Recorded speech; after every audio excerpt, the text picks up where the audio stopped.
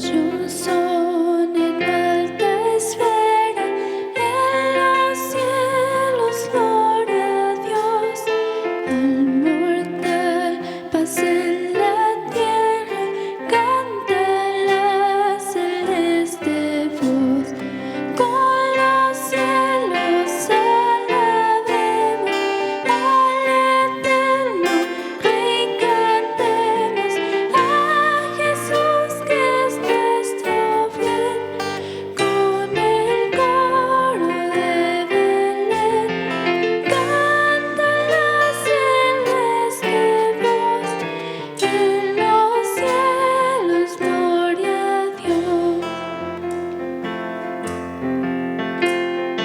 El Señor de los señores, el ungido celestial, a salvar los pecadores, vino al mundo terrenal. Gloria al Verbo encarnado, en humanidad velar. Gloria al Santo de Israel, cuyo nombre es Emmanuel. Canta la celeste voz, en los cielos, gloria a Dios. Príncipe de paz eterna, gloria a ti, Señor Jesús, entregando el alma tierna, tú nos traes vida y luz.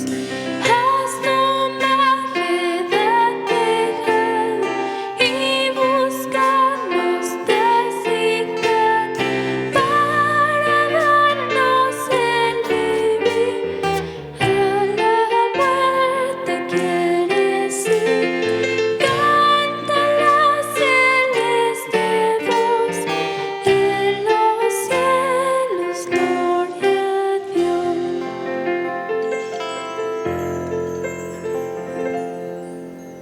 ¿Qué tal, queridos hermanos? Es un gusto poder acompañarles otra vez en este estudio. Agradezco a Dios por la oportunidad que nos ha dado de reunirnos nuevamente de manera presencial. Espero que los hermanos de Chegaray no se hayan perdido ninguno de estos cultos y nuestros hermanos en Chimalhuacán sigan tomando el orden que deben hacer para que nadie se pierda del culto. Gracias damos a Dios por esta oportunidad.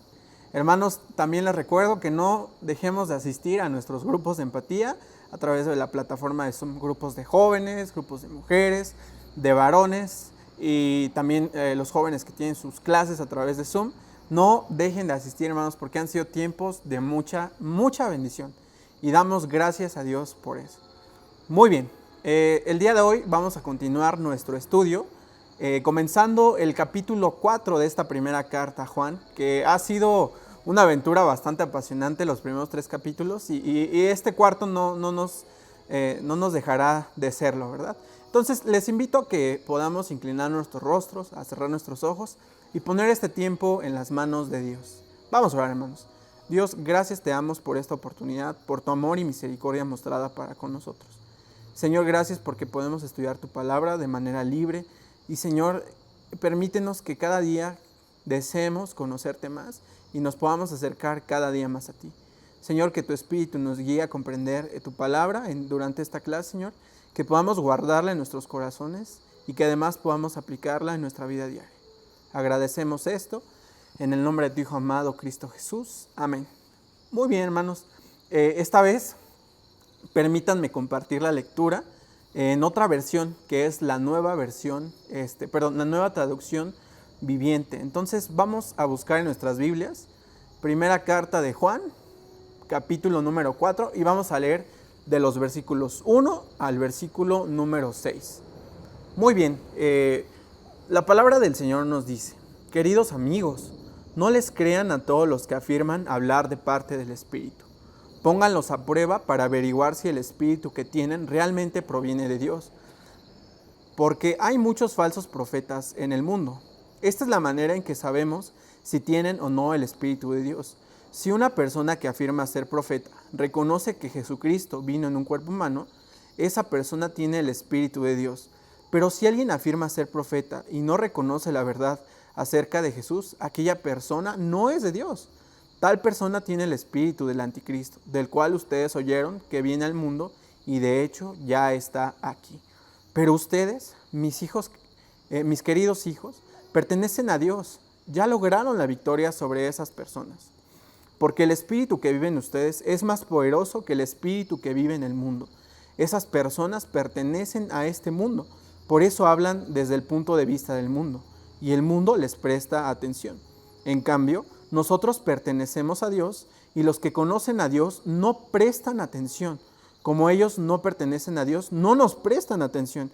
Así es como sabemos si alguien tiene el espíritu de verdad o el espíritu de engaño. Una versión que nos deja ver de una manera más clara el mensaje que nos da Juan en esta parte del capítulo número 4. Y vamos a comprender hoy tres cosas bien importantes. La primera es que la realidad de los falsos profetas, es que hay una realidad de que hay falsos profetas. Esto no es un invento, ni mucho menos. Esto es algo real y es algo a lo que los cristianos desde los primeros siglos se enfrentaron y que nosotros aún en día nos seguimos enfrentando. Una segunda cosa que debemos de comprender es que debemos nosotros como cristianos probar a esos falsos profetas. Y número 3 es que Dios nos dará la victoria sobre cada falso profeta. Entonces vayamos por partes, hermanos. Quiero comenzar diciendo que la necesidad de probar a los espíritus surge del hecho de que muchos falsos profetas de las primeras iglesias salieron al mundo. La mención del espíritu en estos versículos plantea una interrogante bien interesante, ¿no? ¿Quiénes sí son inspirados por Dios y quiénes no son inspirados por Dios? Debemos de comprender también, hermanos, que la iglesia primitiva estaba repleta de agitadas manifestaciones espirituales, ¿no? El mundo espiritual era muy cercano a la iglesia de la época. La gente creía en un universo que no solamente estaba poblado por los seres humanos, sino que estaba abarrotado de demonios, de espíritus y de potestades espirituales, ¿no? Era muy común creer que existían demonios en todas partes y que estos poderes trataban de entrar en el cuerpo y la mente de los seres humanos. Entonces, el universo, vamos a decir, espiritual no era tan lejano a ellos. De hecho, era algo con lo que convivían día a día, ¿no? Hoy en nuestra sociedad tal vez no lo podemos entender de esa forma, pero bueno, esa era la forma en que ellos vivían en la época, ¿no? Bueno, lo que va a hacer el apóstol Juan entonces es que no va a enfrentar a aquellas personas paganas que se dedicaban a predicar algo totalmente distante del evangelio de Cristo, ¿sí? Sino que va a dedicarse a ir en contra de aquellas personas que pretendían ser del Espíritu Santo, que pretendían ser cristianos o que pretendían decir que tienen un profundo conocimiento de Cristo, pero que no lo eran, Y a estos hermanos, como vimos en la clase con nuestro hermano Memo Vélez, estos eran los enemigos de Cristo, es decir, es a los que se refiere el apóstol como el anticristo. Y vaya, esto no es distante y hay muchas pruebas en la historia de estos hermanos o pseudo hermanos que decían ser cristianos o tener un conocimiento de Cristo, pero que realmente no lo tenían. Por ejemplo, hermanos, quiero platicarles de algunas, ¿no? El gnosticismo, como dijimos en algunas otras clases, era una corriente filosófica, pero también religiosa, ¿sí?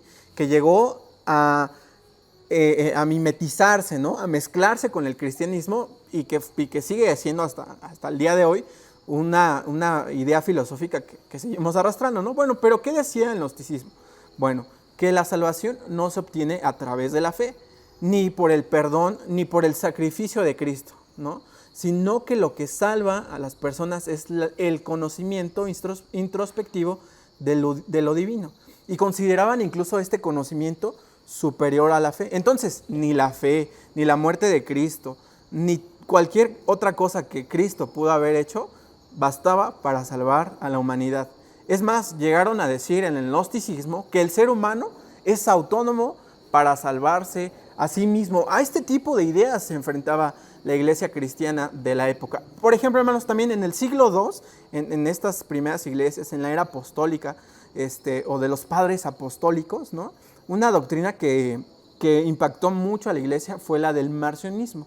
Bueno, ¿qué decía el marcionismo? Bueno, esto toma el nombre por el hereje que se le conoce, que se llamaba Marción, ¿no? Y bueno, a esta también se le conoce como la primera gran herejía cristiana.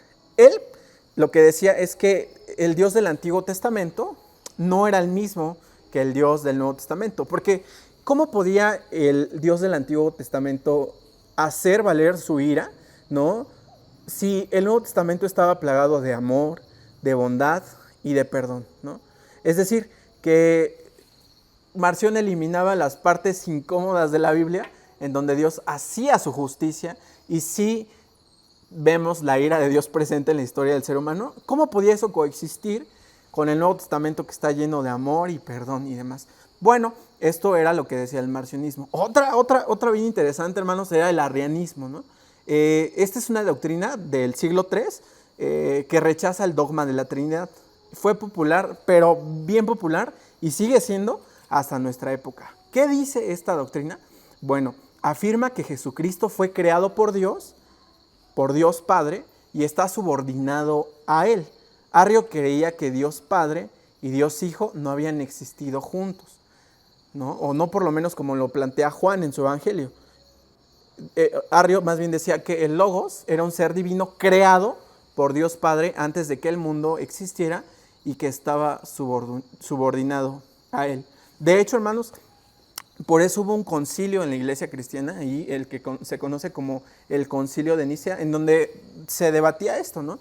Uno de los propósitos de este concilio fue resolver desacuerdos surgidos dentro de la iglesia de Alejandría sobre la naturaleza del Hijo y su relación con el Padre. ¿Por qué? Porque decían que el Hijo había sido engendrado por el Padre, ¿sí? Entonces, esto nos da la idea de que Jesús no es Dios al ser su creación. Sí es una creación de Dios, pero no es Dios en sí mismo. Y segundo, que fue creado y que no preexiste desde siempre y para siempre, sino que tuvo un inicio. Y esto no tiene nada que ver con las enseñanzas bíblicas. Alejandro y Atanasio de Alejandría defendían que Jesús tenía una doble naturaleza, humana y divina, y que por tanto Cristo era verdadero Dios y verdadero hombre, lo que nosotros conocemos como 100% Dios y 100% hombre. Y por el otro lado estaba Arrio, como dijimos, y también un obispo que se llamaba Eusebio de Nicomedia, que afirmaba que Cristo había sido la primera creación de Dios antes del inicio de los tiempos. Habiendo sido creado entonces, no era Dios mismo. A estas ideas eran a las que se enfrentaba esta iglesia, a esta primera iglesia, hermanos. Y bueno, usted podría pensar en muchas ideas que hoy nos llevan a una falsa doctrina. Y esto va a seguir siendo una constante en nuestra vida cristiana, hermanos. Por eso es tan importante el consejo que nos da el apóstol Juan de ser cuidadosos con las doctrinas que aprendemos. Debemos de probar a esos falsos profetas y saber reconocer la verdad. Fíjese, hay un maestro del seminario que nos contaba una anécdota bien interesante acerca de los banqueros o de las personas que atienden en las ventanillas de los bancos. Ellos fueron a un curso para saber detectar cuáles eran los billetes falsos, ¿no? Entonces, durante todo el curso les presentaron a detalle cómo eran los billetes verdaderos, cuáles eran las marcas de agua, cuáles eran los tamaños, cuáles eran las texturas, cuál era absolutamente cada detalle, pero nunca vieron cómo era un billete falso. Y entonces alguien por ahí dijo, bueno, pero ¿cómo es que vinimos a un curso para aprender a detectar billetes falsos y nunca vimos un billete falso? ¿Cómo entonces vamos a entender cuál es un billete falso y cuál es un billete verdadero? Bueno, al terminar este curso, les dieron billetes y todos, absolutamente todos, pudieron identificar cuáles eran los billetes falsos y cuáles eran los billetes verdaderos. porque conocían a la perfección cuáles eran esos billetes verdaderos. Nuestra labor como cristianos, hermanos, no es andar ahí pellizcando y buscando y a ver cuál es lo falso. No, todo lo contrario. Debemos de buscar siempre en lo verdadero para que cuando venga una doctrina falsa, nosotros inmediatamente podamos distinguir que no es de Dios y que mucho menos es guiada por el Espíritu Santo. Fíjese, por ejemplo, la frase que usa Juan aquí de probad a los espíritus, significa buscar autenticidad en ellos, ¿no? Es decir, es un verbo que dice que debemos probar los metales, ¿no? O que por lo menos en la época se hacía, que se usaba para probar metales con el fin de determinar genuidad y pureza. Es decir, que probar los espíritus no es una cuestión de decir, sí está bien y esto está mal. No es así de fácil. Debemos de entender que es un proceso en que nosotros debemos de entender por qué sí está bien o por qué está mal. No nada más decir, eso no me suena bien, entonces está mal.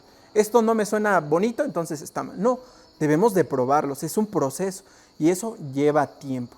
Pero siempre, hermanos, confiando en que el Espíritu Santo es nuestro Maestro y nos guiará por la senda correcta para comprender las verdades de nuestro Señor. Por ejemplo, hermanos, en el versículo 2, Juan nos da el criterio perfecto para examinar a estos espíritus. Revisemos esto. Todo espíritu que confiesa que Jesucristo ha venido en la carne, procede de Dios. Esta es una prueba doctrinal y fehaciente de que es de Dios. Aquel mensaje que es cristocéntrico, que afirma que Jesús es Dios, que Jesús fue hombre, que Jesús nació, que Jesús murió en una cruz por sus pecados y por mis pecados, que resucitó el tercer día y que volverá por nosotros, es un mensaje que viene de Dios, porque este es el evangelio de nuestro Señor Jesucristo para el mundo.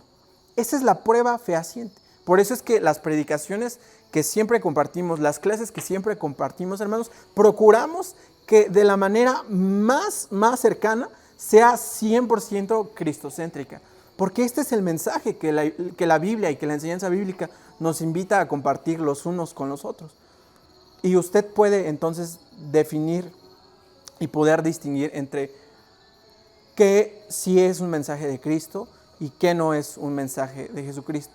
También, hermanos, la prueba consistente en la actitud que se adopta a Jesucristo absolutamente es una verdad. Muchos pseudocristianos el día de hoy afirman predicar del Evangelio de Cristo, ¿no? Una enseñanza que nos permea a las iglesias cristianas el día de hoy es la doctrina de la prosperidad o el Evangelio de la prosperidad. Y verdaderamente, hermanos, estos pseudocristianos se aprovechan de la nobleza, vamos a decir, de algunos cristianos o de algunos hermanos cristianos para poder estafarlos, ¿no? La palabra me encanta que usa aquí el apóstol es